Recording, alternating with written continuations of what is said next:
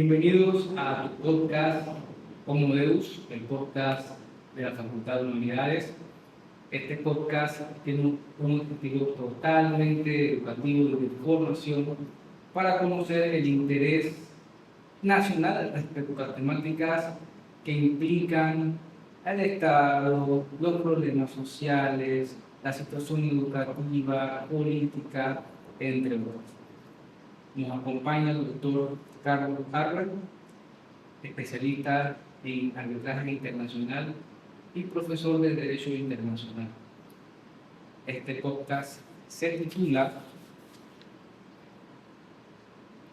Arbitraje Internacional, disputa por inversiones, comunicación argumentativa y docencia. Bienvenido, Carlos, a este podcast. Muchas gracias, Edgar. Este tema del arbitraje internacional es muy complejo. Hemos visto algunos casos, sin embargo, quisiéramos explorar en este episodio cuáles son sus implicaciones políticas, jurídicas más bien, diría yo, y sobre todo también cómo se da el proceso comunicativo en un arbitraje internacional. Te lanzo la primera pregunta, Carlos. ¿Cómo explora el arbitraje internacional la soberanía estatal frente al inversionismo? Sí, mira, como tema preliminar creo que es importante indicarte que este es un tema que generalmente está diseñado para ser exclusivamente manejado por abogados y no es el típico tema que entra en el gran público. No es un tema que generalmente estaba diseñado, concebido para que fuera tratado por cualquier persona en cualquier momento de situaciones o que esto tenga repercusiones de noticias para la población en general. Sin embargo, debido a los temas sensibles que se tratan en este tipo de arbitrajes, sí efectivamente sobrepasó los muros entre abogados para entonces llegar al gran público. ¿Por qué? Porque el arbitraje de inversión toca temas de inversión que repercuten en la gente.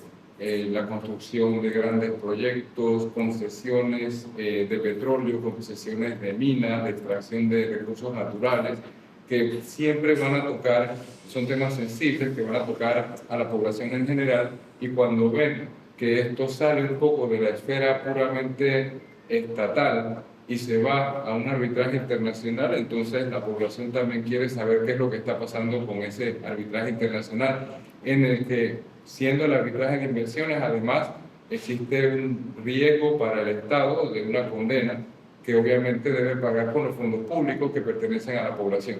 Y en este tipo de arbitrajes muchas veces, la mayoría de las veces, estamos hablando de varios millones de dólares que son parte del acervo económico del Estado. Y por eso tiene esa repercusión tan importante en el gran público. El tema del inversionista y su relación con el Estado en el arbitraje también tiene otro elemento preliminar, que es que ¿cómo un inversionista puede tener la opción de presentar un arbitraje contra el Estado? ¿Cuándo él puede hacerlo? Básicamente, estos arbitrajes son organizados por voluntad de los Estados, es decir, a través de un tratado de inversión. Un tratado de inversión es un acuerdo internacional entre dos países en el cual se obligan a asegurar que los respectivos países se van a promover las recíprocas inversiones entre ellos. Y dentro de esa promoción también existen reglas de protección de la inversión del inversionista que venga de otro país. Y asimismo, como tercer elemento, la promoción, protección, viene el arbitraje.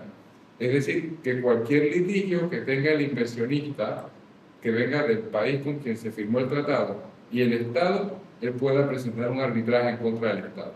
Y de ahí nace la posibilidad de ir a arbitrar. No nace, digamos, de cero, nace de un tratado internacional firmado y ratificado por dos Estados que se obligan a proteger sus inversiones recíprocas. Podríamos decir entonces que tanto el Estado, el inversionista están conscientes de estas reglas de protección, y que están, digamos, a nivel de jerarquía igualmente en un proceso jurídico internacional. Claro, hay dos elementos allí. Cuando dices jerarquía, estamos hablando de cuál es el valor del tratado frente, por ejemplo, al derecho interno. El tratado, en el derecho internacional y en el arbitraje de inversiones, ese tratado está por encima del derecho interno. Está por encima de las leyes internas, está por encima de la constitución del país, está por encima de las normas jurídicas internas. Y eso significa que la regla general es que un Estado no puede alegar sus propias normas internas para excusarse o justificar la violación de un tratado. Si el Estado viola el tratado, incluyendo a través de sus leyes, esa violación podría tener repercusiones. ¿Por qué es así?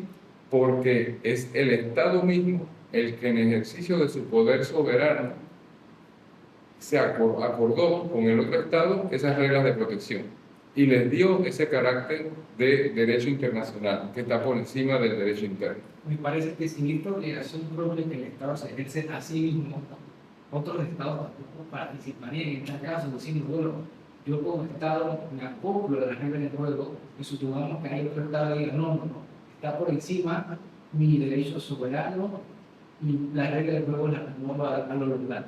Sí, pero al momento de hacer el tratado lo puedes hacer. Si el Estado ya da su voluntad de que, por ejemplo, va a compensar económicamente las expropiaciones que haga de las empresas de inversión del país, entonces esa obligación va a estar por encima de cualquier ley interna que se haga en la Asamblea Legislativa diciendo que si se expropia un bien no tiene derecho a indemnización. Esa norma interna no puede ser aplicada en el derecho internacional, o si la aplica, de todas maneras el tribunal va a aplicar la compensación que se exige en el tratado.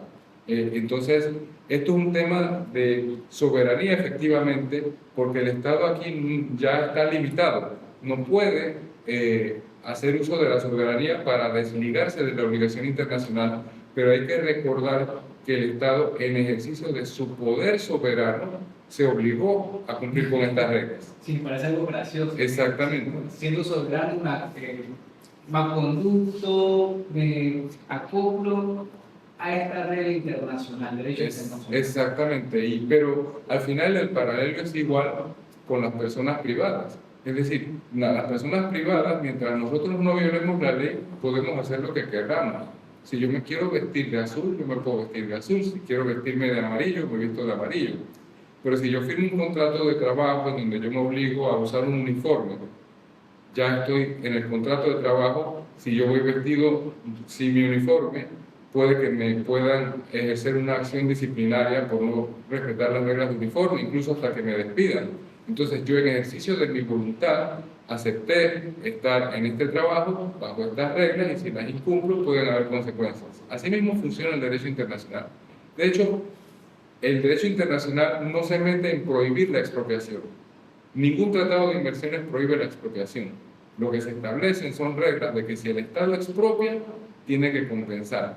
Y ahí sí, ninguna regla interna puede excluir la expropiación. Ahora, sobre el tema de derechos soberanos, también existe un concepto que se usa en el derecho internacional, que se llama el concepto de las leyes, los poderes de policía. Y esa sí es una limitación al derecho internacional en relación con su superioridad sobre el derecho interno.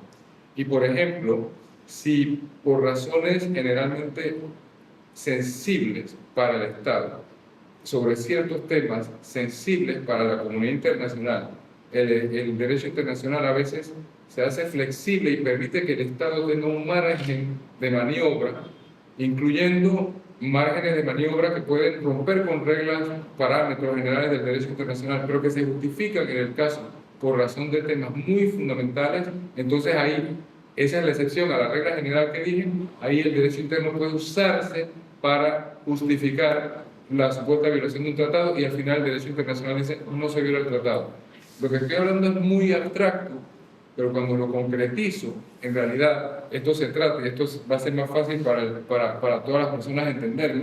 Por ejemplo, temas de salud pública, temas de respeto del medio ambiente, en donde el ejercicio de poderes soberanos para la protección del ambiente puede tener repercusiones con una inversión, y cuando eso ocurre, el mismo derecho internacional en ocasiones puede decirse, aquí hay poderes de policía que son ejercidos, que el derecho internacional respeta, Y en estos casos, incluso si se interrumpe la propiedad del inversionista sobre su inversión, no hay derecho a compensación, porque el derecho internacional justifica la medida cuando es tomada por razones de salud pública, por razones de respeto al ambiente.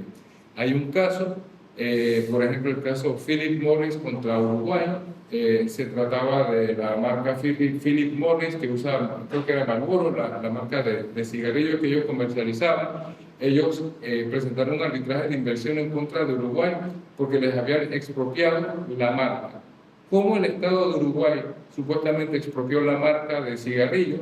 Porque establecieron unas reglas de uso de tabaco en una ley, y esa ley decía que no podías usar el color rojo, no podías usar colores en las cajetas de cigarrillos que se vendían, y tenía que ponerse las fotos de los cerebros con cáncer o los pulmones con cáncer, y cuando se ponía eso, decía la empresa, me están expropiando porque no puedo explotar mi marca para poder vender a mi público. Y presentaron así un arbitraje millonario en materia de inversiones, y el tribunal al final justificó la medida adoptada por el Estado de Uruguay porque se realizó con objetivos razonables de salud pública. Ahora, cuidado, porque ahí viene el tema de la argumentación. Muchas veces un Estado puede alegar que está haciendo una acción para protección del ambiente cuando en realidad no es una acción efectiva para la protección del ambiente, y en ese caso el tribunal va a decir tienes que pagar indemnización porque no estás ejerciendo poderes de policía de verdad. Es decir, no es porque el Estado dice que son poderes de policía que realmente van a ser poderes de policía. Eso lo determina el derecho internacional. El tribunal arbitral en la aplicación de los estándares de derecho internacional. Y lo que mencionabas también se asocia a lo que decías que se hace flexible. Creo que allí se identifica un regla que mencionabas de hacerse flexible frente a situaciones que afectan, digamos, a toda la ciudadanía, como fumar en tal caso. Exactamente. Sí, ahora el caso típico de inversiones, realmente, bueno, el caso del cigarrillo fue un caso bastante particular, ese caso de Uruguay, pero generalmente el inversionista es una persona que realiza proyectos de inversión, que sustantivamente van a generar un beneficio para el Estado y que tienen una duración en el tiempo. Eso, el típico ejemplo es las concesiones de comunicación, de transporte, las concesiones mineras, las concesiones de extracción y explotación de petróleo. Ese es el típico ejemplo de una inversión. Y luego entonces los grandes proyectos de construcción, hay una discusión sobre el tema.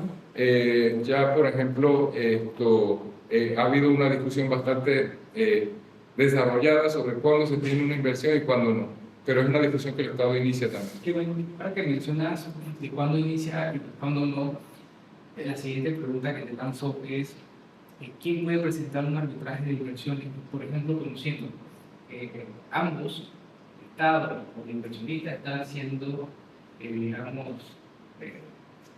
digamos, explorados, qué situación hay en el fondo.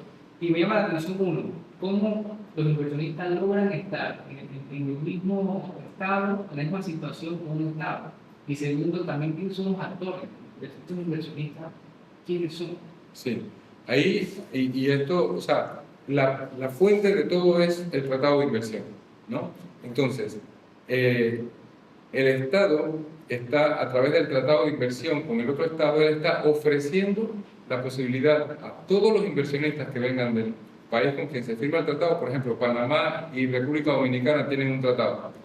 Panamá ofrece a todos los dominicanos que sean inversionistas presentar un arbitraje de inversión contra Panamá si se viola el tratado de República Dominicana. Y República Dominicana recíprocamente ofrece el arbitraje de inversión a todos los panameños que sean inversionistas en República Dominicana a quienes se les viola el tratado. Entonces, lo que va a funcionar es que, en primer lugar, únicamente es el inversionista el que puede presentar una acción en contra del Estado. El Estado no puede irse a arbitraje en contra del inversionista, no directamente. Importante eso. Porque es una oferta que da el tratado, pero la oferta puede ser cogida o no cogida por el inversionista. Entonces, si el inversionista presenta el arbitraje, entonces le está aceptando. Y ahí está la voluntad de ir a arbitraje. Porque el único que da la voluntad es el Estado.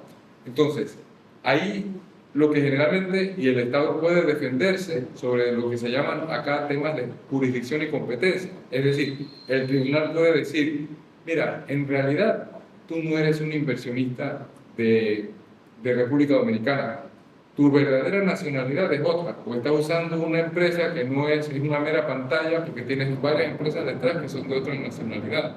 No tienes negocios sustanciales en este país y hay una discusión que se puede dar. Algunas veces funciona, algunas veces no funciona. Y hay otro tipo de discusión sobre qué es lo que hace esa empresa, si lo que hace es realmente una inversión o no. Entonces, si es una firma de abogados, es muy difícil justificar que una firma de abogados esté realizando actividades de inversión. Es más fácil decir que una empresa que se dedica a la extracción de minas es una empresa inversionista. Entonces, siempre va a haber una discusión. ¿Y qué es una inversión? Básicamente es una actividad que se desarrolla en el tiempo, que tiene un riesgo comercial y que significa un aporte para el país. Si esos tres elementos se dan, aportación económica, riesgo y comercial y duración en el tiempo, entonces se tiene una inversión. Ahora, los tribunales a veces han sido más flexibles con el tema de qué es una inversión y han admitido que ciertos proyectos de construcción, que son un contrato comercial o un contrato administrativo con el Estado, califiquen de inversión. Aunque no haya un tema de ganancia futura, sino un intercambio directo de pago por construir. Pero a veces como el proyecto es tan grande, entonces se ha calificado que efectivamente es una inversión.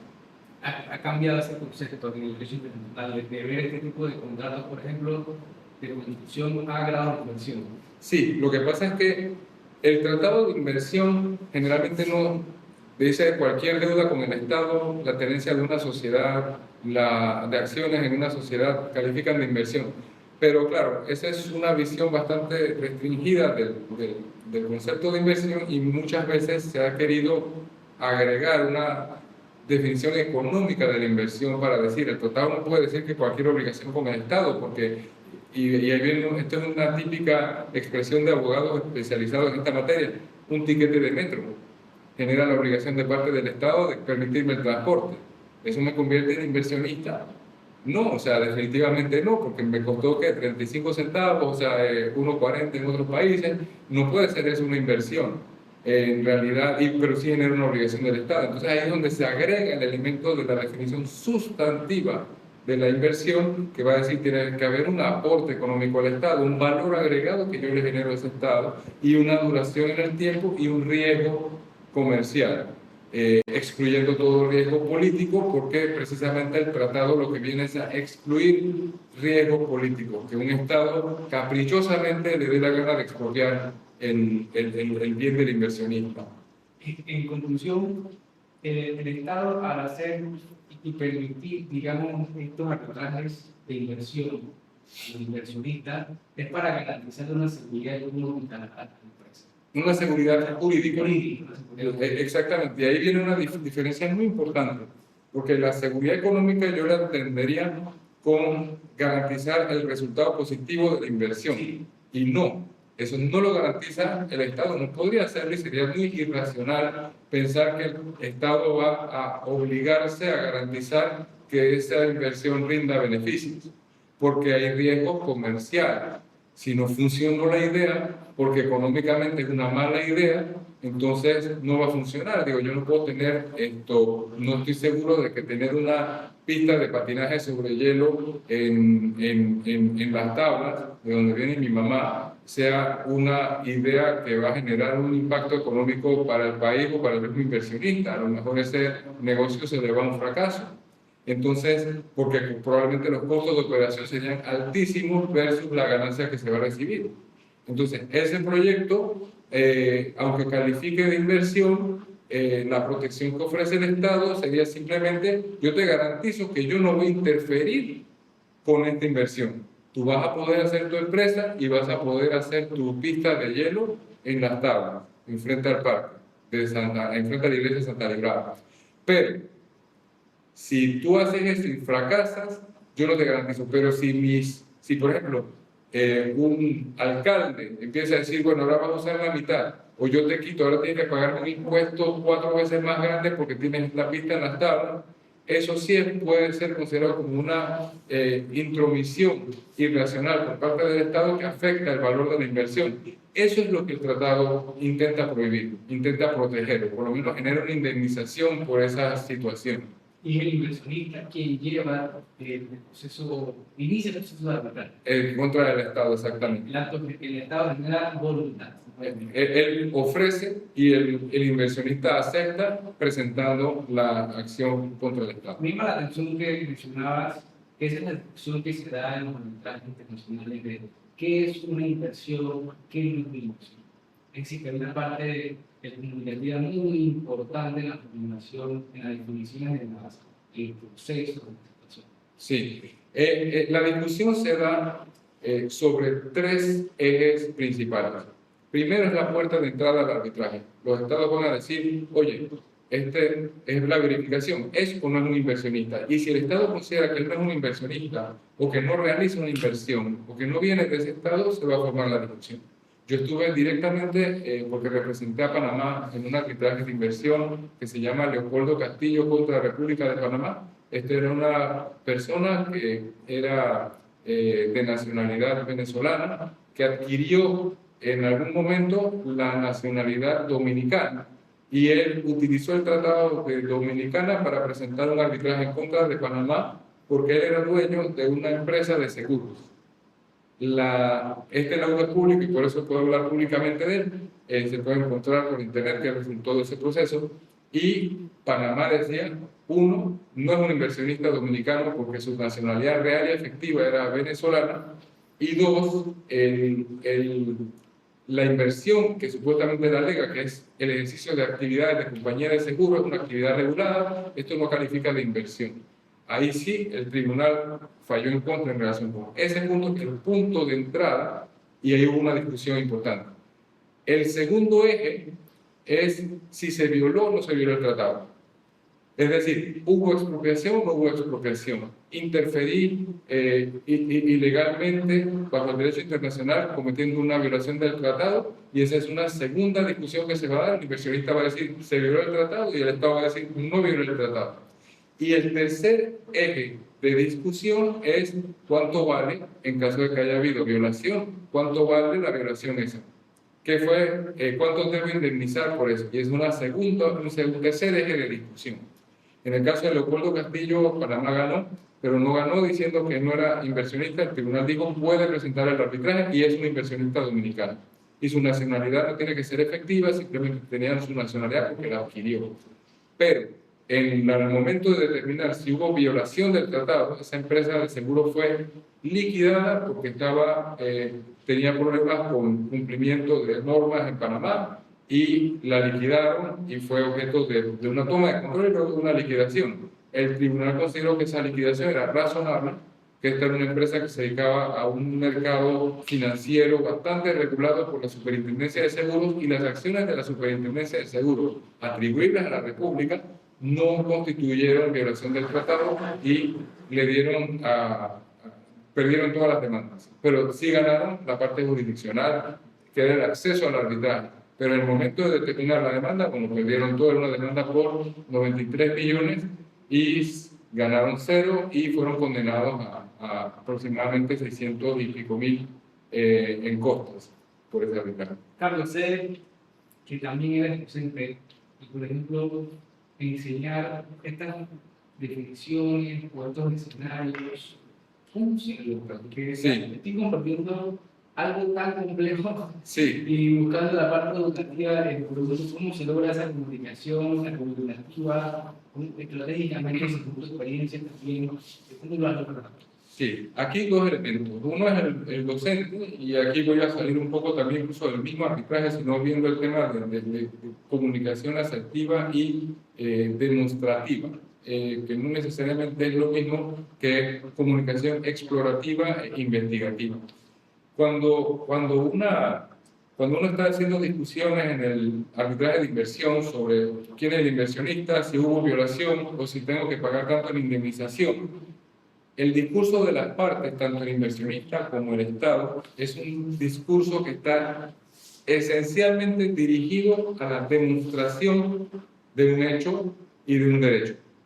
Y por consiguiente, en ese discurso, lo que generalmente se hace desde el punto de vista de técnica de redacción y de técnica oral, de comunicación oral también, porque hay una fase escrita y una fase oral de estos arbitrajes, con escritos muy largos, es que mi punto de partida y la estructura misma del discurso está diseñada para partir de la conclusión. El punto de partida. A diferencia de lo que es la comunicación investigativa, en donde yo digo, bueno, hice tal investigación, hice tal ensayo, hice tal prueba, y de allí resultó la conclusión siguiente y entonces la enuncio. En el discurso jurídico, en general, pero muy específicamente en materia de inversiones, que son temas muy complejos, el punto de partida es muy simple. Es la simple frase según la cual yo tengo que ganar el caso. Es decir, el señor X no es un inversionista de República Dominicana. Esa es la afirmación. Y luego entonces yo explico las razones por las cuales esa afirmación es correcta.